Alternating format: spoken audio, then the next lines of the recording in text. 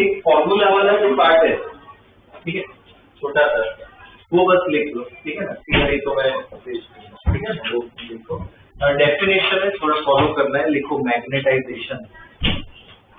Magnetisation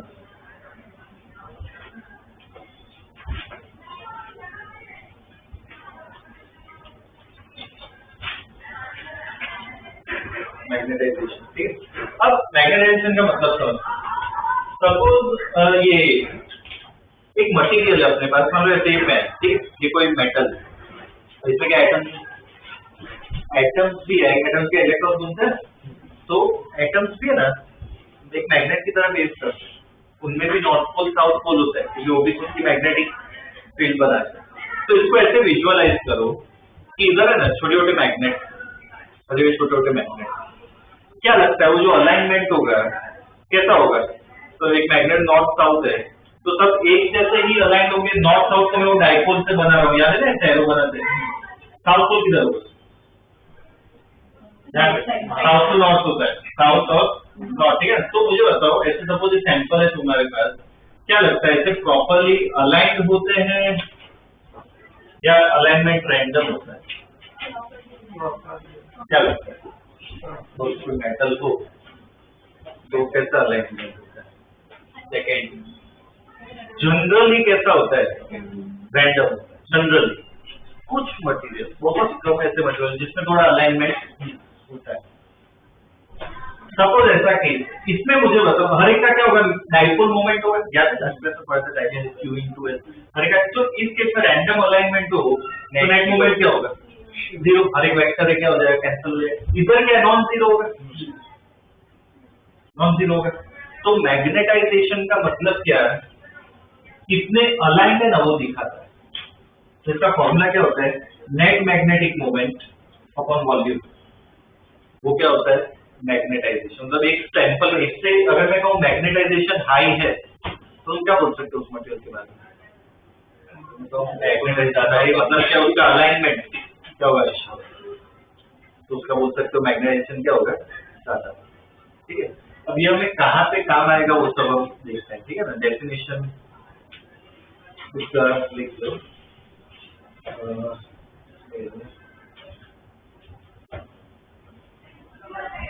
लिखो net magnetic dipole moment, the net magnetic dipole moment per unit volume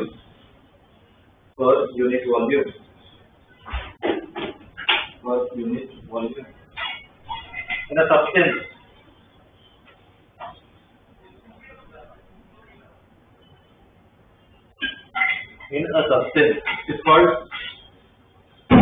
is called magnetization, is called magnetisation. Capital M उसका symbol होता है। ये formula लिख लो, diagram draw करने की जरूरत नहीं, सिर्फ ये फॉर्मूला लिख लो।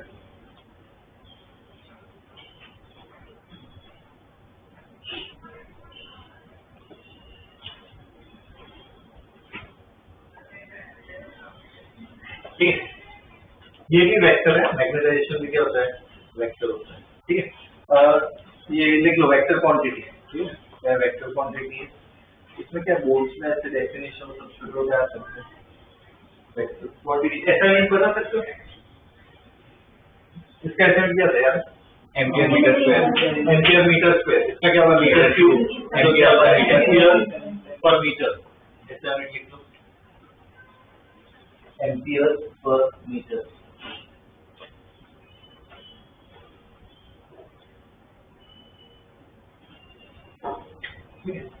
अब मेन पार्ट करते हैं जो हमें आज स्टडी करना है। ये पूरा कंटिन्यूएशन नहीं है, पूरा कंटिन्यूएशन में लिखा है। सपोज अपने पास एक सोलेनॉइड, ठीक है। इस सोलेनॉइड की मैग्नेटिक फील्ड का फॉर्मूला याद है? अगर इसमें से करंट आई जा रहा है, म्यू नॉट एन आई, वो लिख सकते हैं, ठीक है। ये बी नॉट लिख लेते हैं, ठीक है। इसके वजह से सोलेनॉइड चलते हैं वायर की वजह से। अब अगर इसमें मैं कोई मटेरियल डाल दूं, आयरन या ऐसा कोई मेटल डाल दे, उसे क्या कहते हैं? कोर। कोर डाले मतलब मटेरियल डाले, तो अब देखो समझना, इसमें तो जैसा अलाइनमेंट हो, ठीक, ऐसा अलाइनमेंट हो तो मैग्नेटिक फील्ड को हेल्प कर सकते हैं। मैग्नेटिक फील्ड क्या होगी, और स्ट्रॉन्ग हो जाएगी, मतलब छोटे छोटे मैग्नेट, तो मैग्नेटिक फील्ड और स्ट्रॉन्ग हो जाएगी ना। तो ओवरऑल मैग्नेटिक फील्ड किसकी वजह से आएगी, देखिए सोलेनॉइड की वजह से तो आएगी, और किसकी वजह से आएगी, मटेरियल की वजह से, कोर की वजह से भी आएगी। तो नेट मैग्नेटिक फील्ड क्या होगा, दोनों का वेक्टर एडिशन, तो वो पूरा पार्ट हमें स्टडी करना है। ठीक है, आगे लिखो, consider along solenoid, consider a long solenoid of n turns per unit length, small n लेना, of n turns per unit length, consider the solenoid of n turns per unit length and current I, and current I. The magnetic field inside the solenoid will be, magnetic field inside the solenoid will be, little V naught equal to mu naught Ni, V naught equal to mu naught Ni। मैं जिस पे कहूँ ना उस पे box बनाना है, ठीक है, फॉर्मूला उसमें निकालना, V naught equal to mu naught N, तो ये तो हमें ऑलरेडी पता है, ठीक है। अब क्या इसमें मटेरियल डाल रहे हैं ना, तो मटेरियल की वजह से क्या है, नेट उसका भी असर होता है मटेरियल का। आगे लिखो, if interior of solenoid, if interior of solenoid is filled with a material, is filled with a material having non-zero magnetization, having non-zero magnetization, मतलब non-zero magnetization, having non-zero magnetization, alignment हो, ठीक है, alignment हो, non-zero magnetization, then another magnetic field, then another magnetic field, then another magnetic field Bm, another magnetic field Bm, M लिखना subscript में, Bm is generated due to this core material, due to this core material, due to this core material. Next line लिखो, the net magnetic field will be, net magnetic field will be, तो देखो net field जो है मैं उसको सिर्फ B लिख रहा हूँ, तो नेट मैग्नेटिक फील्ड क्या होगी, एक बी नॉट तो होगी प्लस किसकी वजह से, मटेरियल की वजह से भी आएगी बी एस, दोनों का वेक्टर एडिशन होगा, देखो इक्वल क्या होगा B naught plus B S. अब ये मैग्नेटिक फील्ड और वो सब में याद हो तो हमने जो पढ़ा था वो सिर्फ क्या पढ़ा था, हमने बी नॉट की पढ़ा। अब अपना फोकस किस पे, बी एम पे, ठीक है। अब मुझे ये बताओ, अगर एक मटेरियल है जिसका मैग्नेटाइजेशन अच्छा है, मतलब अलाइनमेंट अच्छा है, तो बी एस ज्यादा होगा या कम, ज्यादा होगा, क्योंकि अच्छा अलाइनमेंट क्या करेगा, सपोर्ट करेगा। तो इसमें क्या होता है, ये बी एस और ये एन क्या होता है, प्रोपोर्शनल, इसको बढ़ाओ तो बी एन भी क्या बढ़ेगा, एकदम लॉजिकल चीज है, ठीक है ना। आगे देखो, तो magnetisation is proportional, magnetization is proportional to the magnetic field Bn of the material, proportional to the magnetic field of the material, magnetic field of the material Bn। तो क्या लिख सकते हो इसमें, ये n जो है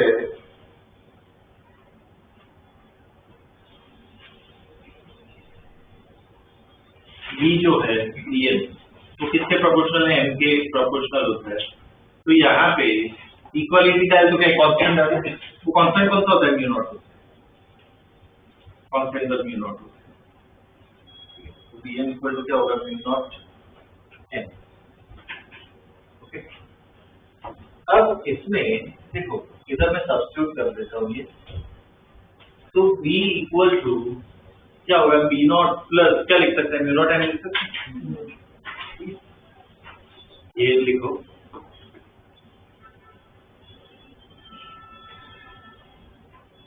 ये इसलिए लिख पा रहा हूँ, ये पूछ भी सकते हैं मोड डिराइवेशन, ठीक है, ये पूरा समझो, ठीक है। अब ये है, अब देखो इसको क्या करते हैं, म्यू नॉट से ना डिवाइड कर देते,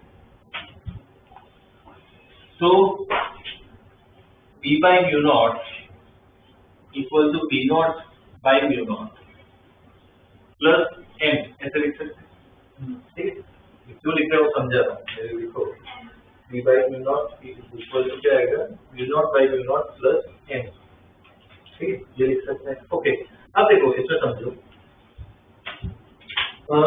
इसमें ना इसको ध्यान से देखिए, तो बी नॉट का फॉर्मूला में पता है, म्यू नॉट एन आई, मतलब यहाँ पे किसका रूल है, करंट का रूल, यहाँ पे किसका रूल, मतलब मटेरियल, यहाँ पे करंट का रूल है, यहाँ पे क्या है, मटेरियल का। मतलब ये इक्वेशन क्या कहना चाहती है कि तुम्हें कभी भी नेट मैग्नेटिक फील्ड स्टडी करनी हो तो दो रूल होते हैं, करंट का रूल होता है और किसका रूल होता है, मटेरियल। तो करंट का जो रूल है ना, इसको हम एक और डेफिनेशन यहाँ पे बनाते हैं एसेंशियल को, here B naught by mu naught, here B naught by mu naught equal to capital H, लिखो वेक्टर बनाना होगा, capital H, B naught by mu naught equal to capital H, it is called magnetic intensity, it is called magnetic intensity, it is called magnetic intensity, ठीक। ये जो है उसमें box बना, ये बॉक्स बना दो है, तो कौन सा, H इक्वल टू क्या था अपना, B naught by mu naught, ठीक है ना। अब सोलेनॉइड के लिए बताओ H इक्वल टू क्या लिखते, बी नॉट क्या था अपना, mu naught n I, mu naught cancel, क्या बचा, कंडीशन में लिख लो, for long solenoid, for long solenoid H equal to, for long solenoid H equal to क्या होगा, एन आई, तो बॉक्स बना दो, H इक्वल टू क्या होगा, एन आई। ये क्या है, H को क्या कहेंगे, मैग्नेटिक इंटेंसिटी, मतलब समझो H कहाँ से आता है, करंट से आता है, उसमें आया है, ठीक है। अब इधर मैं सब्स्टिट्यूट करूँ यहाँ पे, इधर तो देखो B equal to B by mu naught equal to क्या लिख सकते हैं, H प्लस एन, तो B इक्वल टू क्या आ गया, mu naught H plus N, है ना, यही मेरी इक्वेशन, ठीक। लिखो, इसको बॉक्स बनाने की जरूरत नहीं है, बस लिख के रखो।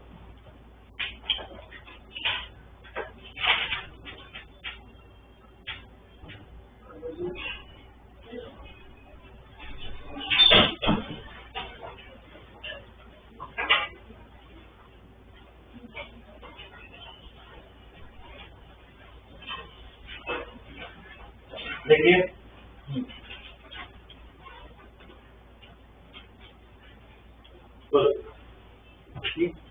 अगर सेम यही देखो, ये रटना मत, गारंटी देता हूँ 90 में, अपने एक्सपीरियंस में जानता हूँ 90% स्टूडेंट जो है साइंस के जो स्टूडेंट्स है 90% क्या करते हैं, ये जो पार्ट आता है ना उसको रट लेते हैं, तो यहाँ ये फॉर्मूला है, मीनिंग समझ के करो, या तो रटने की जरूरत नहीं पड़ेगी, और लॉजिक भी है।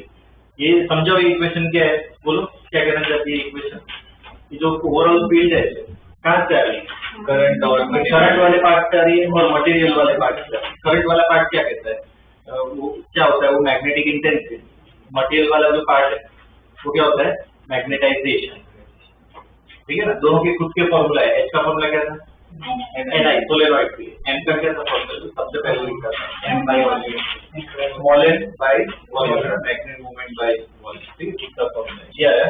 अब एक्सपेरिमेंट से, थियरी से क्या पता चला कि ये दोनों भी प्रोपोर्शनल है, इसमें भी प्रोपोर्शनलिटी है, तो वो भी आगे लिखो,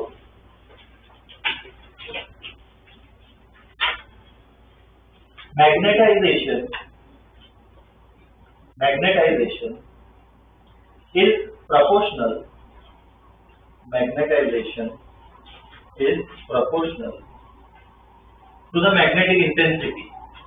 Magnetization is proportional to the magnetic intensity. मतलब क्या लिख सकते हो, m प्रोपोर्शनल टू क्या लिख सकते हैं h। अब इधर भी एक कांस्टेंट डाले तो इससे डिनोट करते हैं कांस्टेंट को, पता है ये इसको क्या कहते हैं, काय होता है। देखो m इक्वल टू क्या आ गया, काय इंटू h। बॉक्स बनाओ इस पे,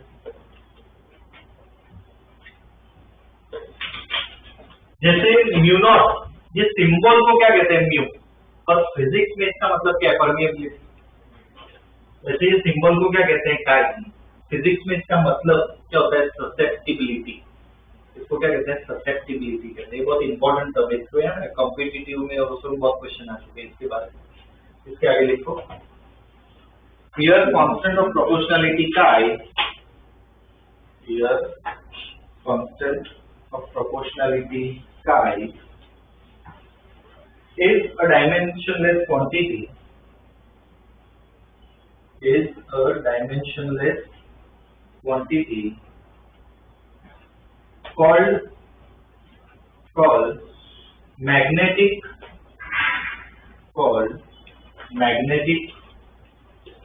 susceptibility, susceptibility, susceptibility,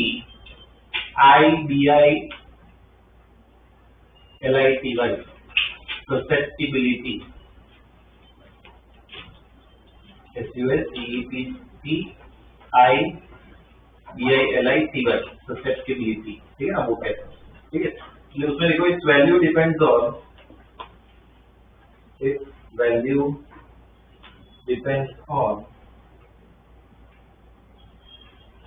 material and its temperature. Its value depends on type of material and its temperature. ठीक है, उससे डिपेंड करता है। अब मटेरियल, टाइप ऑफ मटेरियल मतलब क्या, इधर है ना, मैं बताऊंगा, ब्रीफ आइडिया दे दूंगा। इधर है ना 3 टाइप के मटेरियल पड़ेंगे, डायमैग्नेटिक, पैरामैग्नेटिक और फेरोमैग्नेटिक। ठीक है, उनके बारे में पढ़ना है, पर अभी ना वैल्यूज इसमें मैं लिखवा देता हूँ। ठीक है, वो लिख लो, मैं उसमें बताऊंगा ये कहाँ से आता है, क्या होता है। ठीक है, बहुत इंपॉर्टेंट है, काय समझना। कंडीशन में लिखो, फॉर डायमैग्नेटिक मटेरियल,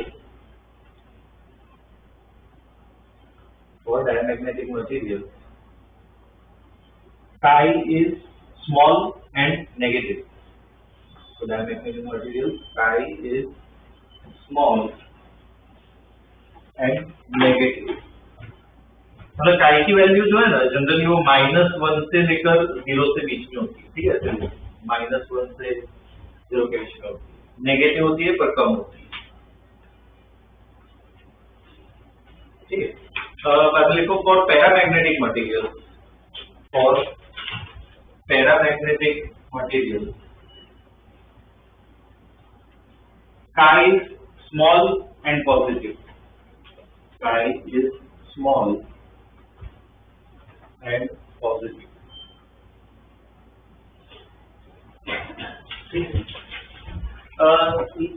एक एग्जाम्पल अगर कहूँ तो एग्जाम्पल इसमें लिख सकते हो,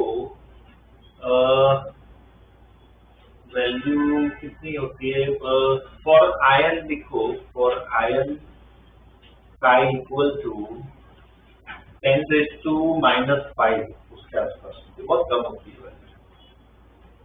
10⁻⁵, ठीक है, उसके आसपास। ओके, और एक बचा अपना लिखो, for ferromagnetic material,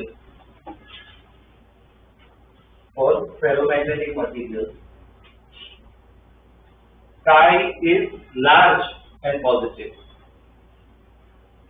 Chi is large and positive. Chi is large and positive. ठीक है, ये इंफॉर्मेशन बताना चाहिए, इस पे ही डायरेक्ट क्वेश्चन आ जाता है भाई किस मटेरियल के लिए काय कैसा होगा। ठीक है, तो ये लिख लिया। अब ये जो मेन इक्वेशन स्टडी करते हैं वापस उसका है, तो B इक्वल टू क्या था, म्यू नॉट एच को ऐसा ही रखते हैं प्लस इधर एम की जगह ये लिख लेते हैं, क्या लिख सकते हैं, काई इंटू एच लिख सकते हैं। तो B equal to mu naught 1 plus chi into H ऐसे लिख सकते हैं। देखो बॉक्स का मत बना, ऐसे लिखो।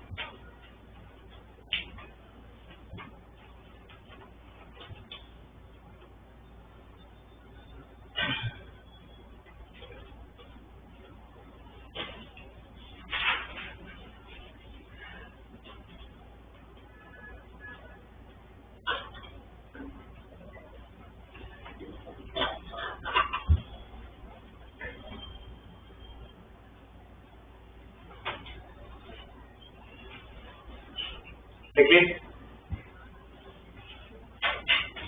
अब यहाँ पे देखो, ये काई पॉजिटिव है, सॉरी काई एक कांस्टेंट है, तो कांस्टेंट प्लस 1 करोगे तो क्या एक और कांस्टेंट मिलेगा, तो इसको नया सिंबल दे देते हैं। ठीक है, देखो here 1 plus chi, here 1 plus chi equal to mu R, here 1 plus chi equal to mu R, box में देखो म्यू आर मतलब वो उसपे सबस्क्रिप्ट में लिखना है, 1 plus chi equal to mu are, क्या कहते हैं इसे, relative permeability, it is relative permeability.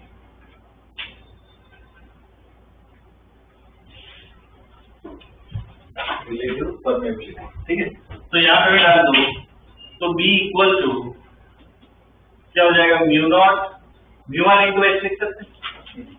अब ये म्यू नॉट और म्यू आर उसको मिला के एक म्यू लिख देते हैं, एक अपनी final equation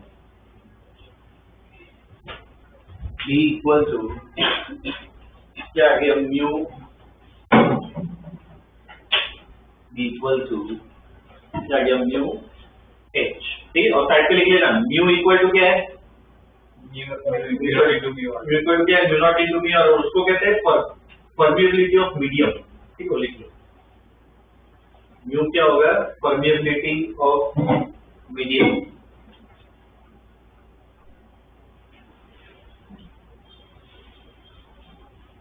permeability of medium, ठीक है।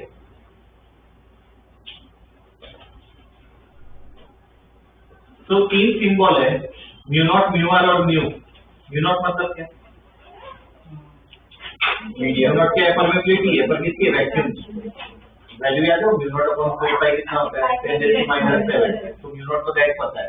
म्यू आर क्या होता है, रिलेटिव परमिएबिलिटी, उसकी वैल्यू होती है 1 प्लस काई, और म्यू जो है वो सिर्फ परमिएबिलिटी होता है, पर मीडियम का मीडियम, ठीक है। अब ओवरऑल इतना हमने मेहनत क्यों की, फाइनल ये फाइनल फॉर्म आया अपना B equal to mu H, तो इतनी मेहनत करने से क्या मिला हमें, तो देखो पहले जो हमने देखा कि ओवरऑल मैग्नेटिक फील्ड किसकी वजह से आती है, मटेरियल की वजह से आती है, और किसकी वजह से आती है, करंट की वजह से।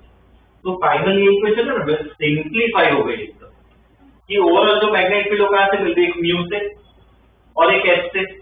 म्यू पार्ट किसका रोल प्ले कर रहा है, मटेरियल, वो मटेरियल दिखा रहा है, और एच पार्ट कौन सा पार्ट दिखा रहा है, current.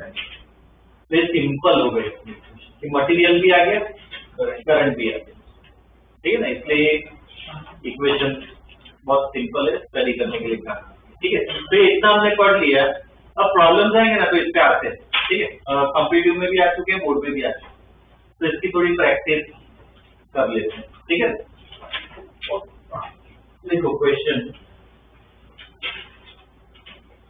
a solenoid has a core,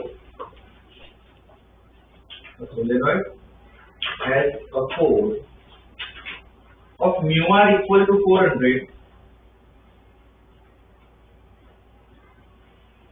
Solenoid has a core of mu r equal to, solenoid has a core of mu r equal to 400. The winding of solenoid, the windings of solenoid are insulated from the core, are insulated from core and current क्या लिखा है statement को क्या the windings of solenoid are insulated from the core and carry current of 2 ampere and carry current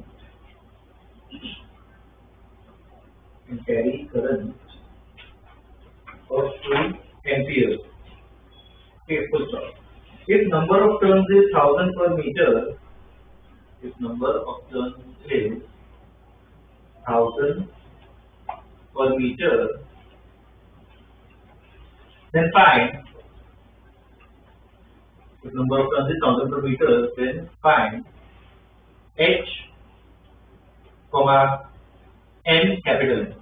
Find H, M, B, and magnetizing current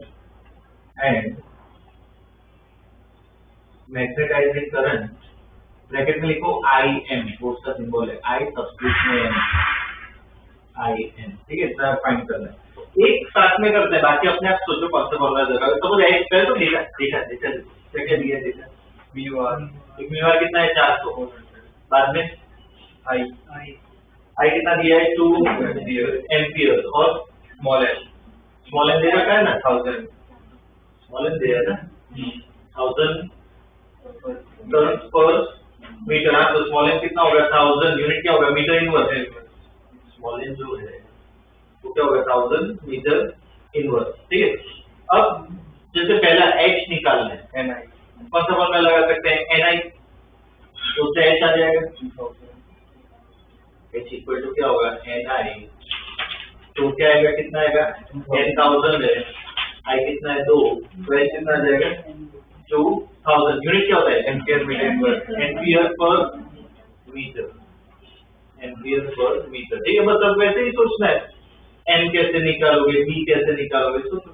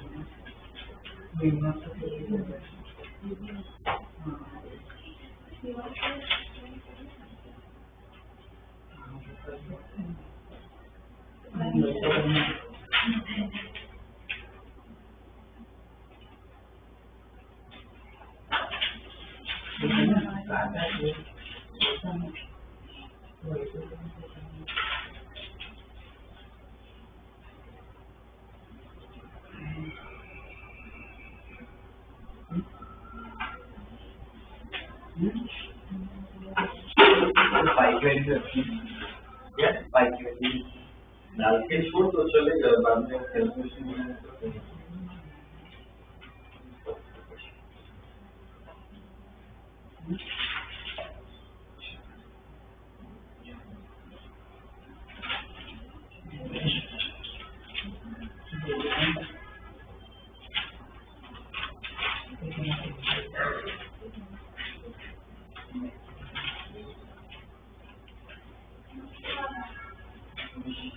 हो गया क्या?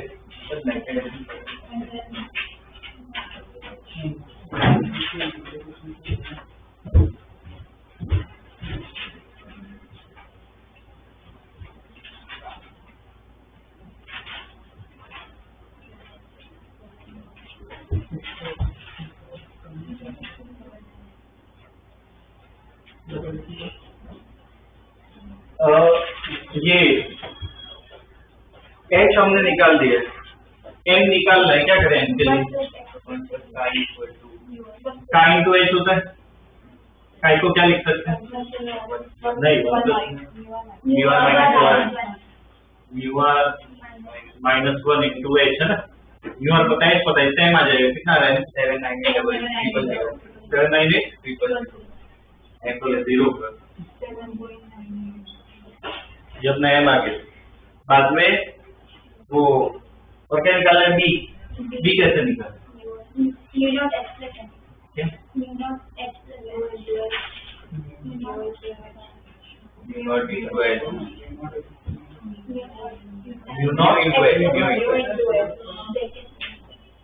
H plus M. हाँ ठीक है, ये यूज कर सकते हो, इधर से आ जाएगा, ठीक है ना, इधर से निकाल सकते हो बी, बहुत सारे तरीके हैं, ठीक है ना, उसको फॉर्मूला सेट होना चाहिए, ठीक है, म्यू नॉट पता है, एच एम निकाल दिए, वैसे भी आ जाएगा, कितना है बी अप्रोक्सीमेटली लो, उसकी वैल्यू 1 टेस्ला के आसपास आएगी, उसकी वैल्यू 1 टेस्ला के आसपास आएगी, ठीक है। बाद में ये मैग्नेटाइजिंग करंट ना, उसका फॉर्मूला लिखवा देता हूँ, तो उधर लिखना बॉक्स पर मैग्नेटाइजिंग करंट लिख लो, मैग्नेटाइजिंग करंट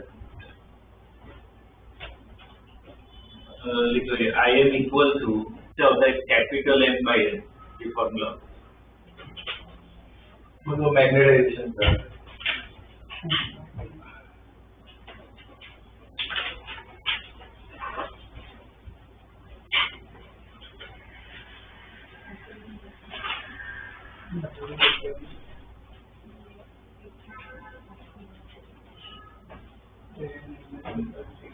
ठीक है, तो ये कर लोगे कैलकुलेट,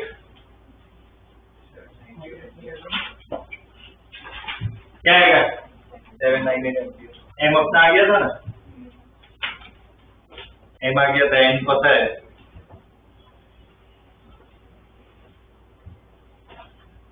कितना आ रहा है 798 एम्पीयर, 798 तो यूनिट तो क्या होगा, करंट है तो क्या होगा एम्पीयर, ठीक है, ठीक है। मैग्नेटाइजेशन करंट, इसका मतलब सुनो, मैग्नेटाइजेशन का रिलेशन किससे है, मटेरियल से। ये क्या कहना चाहता है कि मटेरियल का जो असर हुआ वही असर तुम्हें प्योर करंट से लाना हो तो कितना करंट देना पड़ेगा, 798, ज्यादा करंट या कम, ज्यादा 798 मतलब बहुत हाई करंट होता है, बहुत हाई करंट, प्रैक्टिकली लाइन सकते हो, मटेरियल जल जाएगा इतना हाई करंट डालने में, इसलिए मटेरियल डालने का वो फायदा होता है, तुम करंट से उतना वो लाइन, मेन मैग्नेट की जो स्ट्रेंथ आती है ना वो मटेरियल के साथ, इसलिए कभी भी तुम प्रैक्टिकली मैग्नेट जहाँ पे यूज होते हैं ना, जैसे कॉइल वाइंडिंग वो सब होती है ना, तो हमेशा उसमें कोर एक मटेरियल डाला ही होता है हमेशा, तो उससे स्ट्रेंथ बहुत बढ़ जाती है, ठीक है। ये पार्ट देखिए, एक और छोटा सा फॉर्मूला पार्ट है वो बता देता हूँ, बाद में दूसरे बार समझ सकते हैं।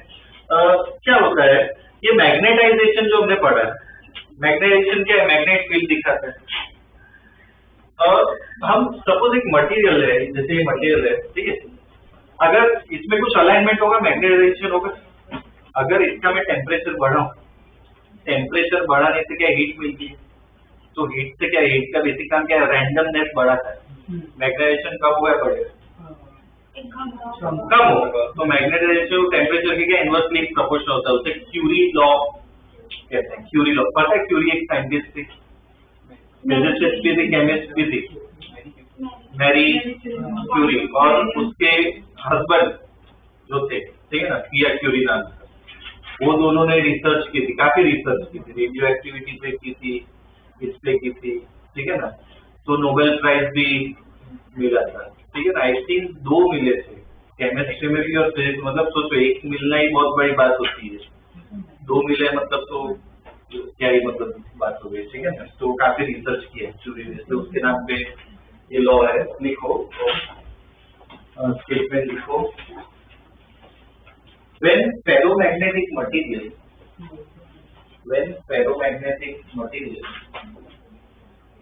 is heated,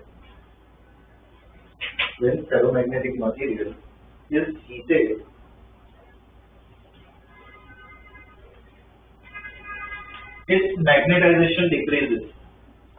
Its magnetization decreases.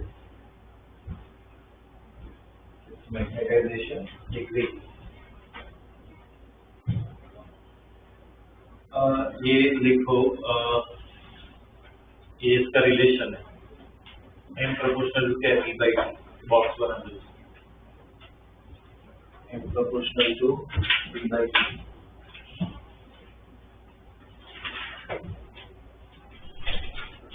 ठीक है, ये B लिखो, B क्या है? External magnetic field. B जो है वो क्या, एक्सटर्नल मैग्नेटिक फील्ड, वो हेल्प करती है अलाइन करने में। B के एक्सटर्नल मैग्नेटिक फील्ड। और T लिखो एब्सोल्यूट टेम्परेचर। T जो है वो क्या, एब्सोल्यूट टेम्परेचर। ठीक है, this is called Curie law. ये जो equation of the Curie law है, this is called Curie law.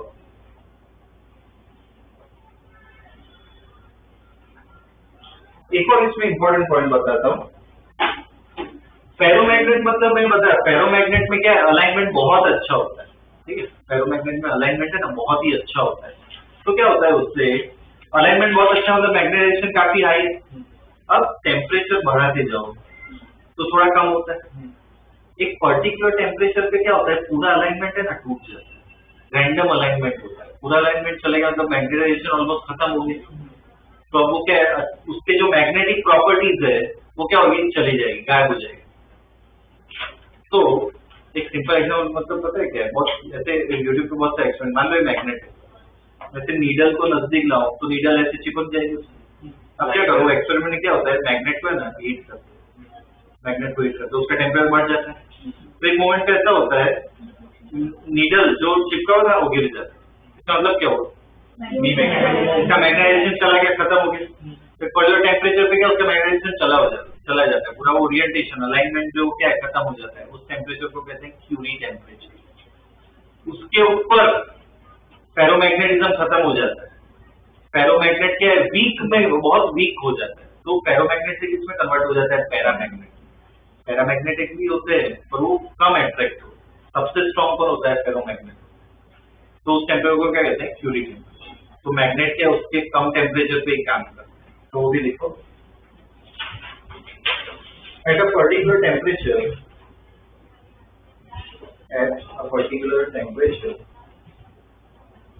a ferromagnetic material at a particular temperature, a ferromagnetic material loses its magnetization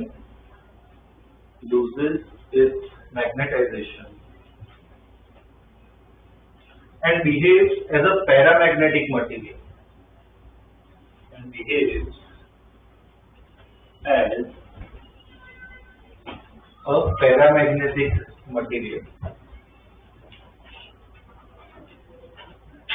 This temperature is called Curie temperature.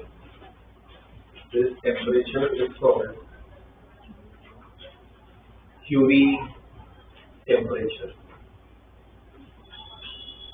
This temperature is called Curie temperature. Curie temperature. Okay. इसके base पे भी एक problem कर लो।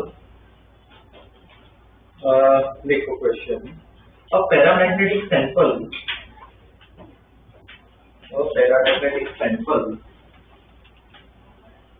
shows a net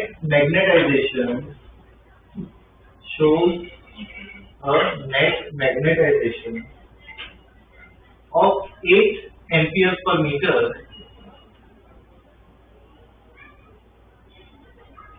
shows a net magnetization of 8 amperes per meter when placed in a field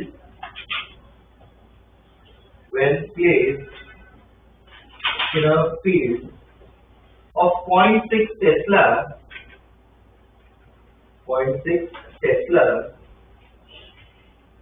at temperature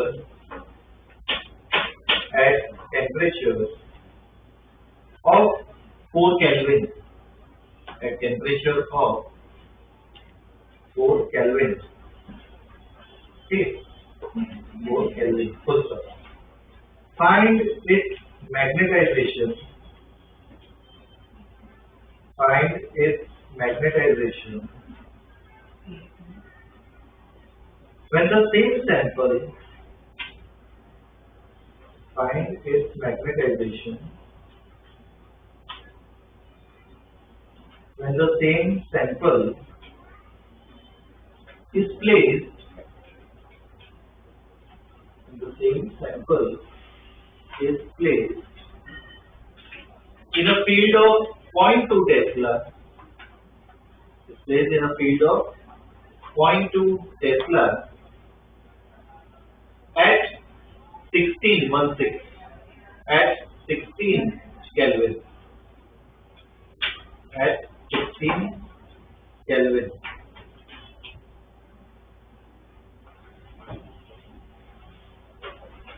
कौन सी equation लगाओगे? m1 by m2. ये वो जो प्रोपोर्शनल लिखेंगे m प्रोपोर्शनल टू क्या d by d. रेशियो लिखोगे ना उससे.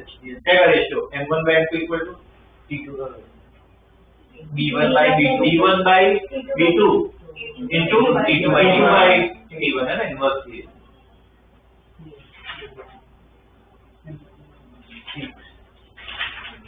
एम्पियर पर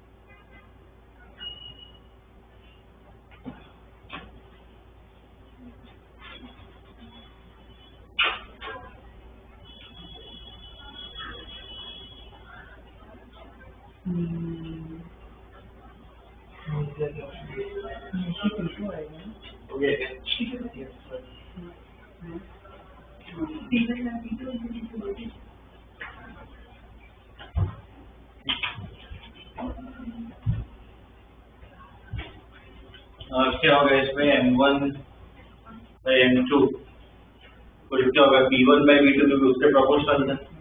क्या होगा t2 by t1 inverse proportional का. पहले में वैल्यू 8 थी. पहली मैग्नेटिक फील्ड कितनी? 0.6. बाकी कितनी है? 0.2. दूसरा टेम्परेचर कितना था? 16. और इसमें कितना? 10 फुट. m2 आ जाएगा ना. इससे कितना है? 0.67 यूनिट क्या होगा? Ampere per metre. ठीक है ना. ये मैग्नेटाइजेशन आ जाएगा. ठीक है. तो क्यूरी लॉ पे भी क्या क्वेश्चन. ठीक है. और भी है क्वेश्चन मैं ग्रुप में डाले हैं. ठीक है. वो कर ले. आपको इससे पहले थियरी पार्ट होगा वो बस बता देता हूँ. बाद में ग्रुप में ऐसे वो कर लो, लिख लेना. वो 3 टाइप के जो मटेरियल है, डायमैग्नेटिक, पैरामैग्नेटिक और फेरोमैग्नेटिक, उसके इंफॉर्मेशन में दे देता हूँ. क्या? ठीक है. उसके नोट में बाद में भेज दूंगा. ग्रुप के नोट में मैंने प्रॉब्लम्स वो सब डाले पर समझा देता हूँ. डायमैग्नेटिक जो है, डायमैग्नेटिक मटेरियल वो क्या होता है? इस वजह एक सैंपल है तुम्हारे पास. अब ये सैंपल में क्या है? छोटे छोटे मैं बताया कि एटम्स है, तो उसको क्या छोटे छोटे मैग्नेट्स मानते. अब कुछ मटेरियल्स में क्या होता है कि तुम अलग से एक्सटर्नल फील्ड अगर अप्लाई करो ना, तो इसमें जो अलाइनमेंट है ना वो कैसा हो जाता है? ऑपोजिट डायरेक्शन में होता है. कब होता है अलाइनमेंट? तो ऑपोजिट डायरेक्शन होता है. क्यों? हमने पढ़ा था लेंज लॉ. अपोज करता है. ये बढ़ाने की ट्राई कर रहा है तो ये अपोज करेगा. तो उसकी वजह से क्या होगा? ओवरऑल फील्ड बढ़ेगी या कम होगी? ये एक्चुअल बात जा रही है. ये क्या उसको अपोज कर रहा है ना, तो ओवरऑल फील्ड क्या होगी? कम होगी. तो डायग्राम क्या होता है? इधर से फील्ड लाइन से ना ऐसे रिपेल करती है. Pole north pole south pole नहीं रहता। तो वही तो है, ये जो एरो बना हुआ क्या नॉर्थ पोल साउथ पोल का है, ठीक है। तो इसकी वजह से क्या होता है, इसमें ये मटेरियल मैग्नेट की तरफ अट्रैक्ट हो गया, रिपेल हो गया, अपोज कर रहा है, कम करने की ट्राई कर रहा है, तो ये क्या करेगा, रिपेल। डायमैग्नेटिक मटेरियल क्या करता है, रिपेल करता है। स्ट्रॉन्ग या वीक क्या होता है, वीक कम होता है, रिपल्स होता है पर कम, ठीक है। तो ये क्या करता है, रिपेल करता है पर वीक रिपल्शन होता है, ठीक है। इसका एक स्पेशल मटेरियल है जिसको हम कहते हैं सुपर कंडक्टर। सुपर कंडक्टर एक स्पेशल मटेरियल है। सुपर कंडक्टर की जो ससेप्टिबिलिटी है वो 0 हो जाती है। क्या होता है उससे, रिपल्शन है ना, काफी स्ट्रॉन्ग हो जाता है। तो सपोज एक मैग्नेट हो और सुपर कंडक्टर है, ठीक है। अब जैसे ये मैग्नेट है और मैं नीडल ऐसे छोड़ू, नेक चिपक जाएगा, मैग्नेट नीडल छोड़ दो। अगर मैं सपोज ऐसे सुपर कंडक्टर ऐसे लगा के छोड़ दो तो क्या होगा, नीचे जाएगा नहीं। अब इसका एफबीडी अगर सोचो इस सुपर कंडक्टर का, तो क्या होगा, नीचे एमजी पर रिपल्शन है उसके से ऊपर होगा, तो बैलेंस हो जाएगा। तो क्या करेगा वो, फ्लोट, ठीक है। अब ऐसे मैग्नेट ना लाइन पे लगाते जाओ, ऐसे सुपर कंडक्टर, ऐसे सुपर कंडक्टर को तो ऐसे नच करो, क्या होगा, जाता है। क्या बनाती, ट्रेन बनाती, जो हाई स्पीड ट्रेन होती है, बुलेट ट्रेन होता है, उस पर काम करती है, मैग्नेट्स पे काम करती है, उसमें सुपर कंडक्टर्स होते हैं, ठीक है। अब मुझे ये बताओ, वो मैग्नेट ट्रेन बताओ तो बुलेट ट्रेन उनकी स्पीड बहुत हाई होती है, 400 किलोमीटर पर आवर, बहुत स्पीड होती है, ठीक है। विजुअलाइज नहीं करते क्योंकि हम वो एक्सपीरियंस ही नहीं करते, ठीक है ना। बैठेंगे तभी हमें वो फील आएगा, पर बहुत हाई स्पीड होती है, 200 किलोमीटर पर आवर। मतलब इतनी हाई स्पीड का रीजन क्या है, फ्लोट कर रहा है, फ्रिक्शन क्या होगा, ऑलमोस्ट क्या हो जाएगा कि मेन जो ड्रैग आता है वो किसका, एयर का आता है। और वो उसकी डिजाइन देखना बुलेट ट्रेन को, ऐसे शार्प है, तो बहुत जरूरी होता है उसमें डिजाइन करना, ठीक है ना। तो इस पे बेस्ड होता है उसका फिजिक्स यूज करना, ठीक है ना। और टेम्परेचर वो सब बहुत ध्यान रखना होता है, ठीक है। तो ये क्या है, डायमैग्नेटिक मटेरियल, ओके। अब उसके बाद जो मटेरियल आता है वो कौन सा होता है, पैरामैग्नेट। पैरामैग्नेट में क्या होता है कि सपोज मैं ऐसे फील्ड पास कर रहा हूं, तो इसमें ना अलाइनमेंट उसकी तरफ होता है, पर अलाइनमेंट क्या होता है, कम होता है। इसमें अपोज करता है, इसमें उसको सपोर्ट करता है पर कम करता है। तो इसका मतलब फील्ड के ऐसे कोई कॉन्सेंट्रेट हो जाती है, कॉन्सेंट्रेट होगी, इसका मतलब ये अट्रैक्ट करेगा, रिपेल करेगा, अट्रैक्ट कर रहा है तो मैग्नेट की तरफ क्या अट्रैक्ट होगा, पर अट्रैक्शन क्या होता है, वीक होता है, वीक अट्रैक्शन,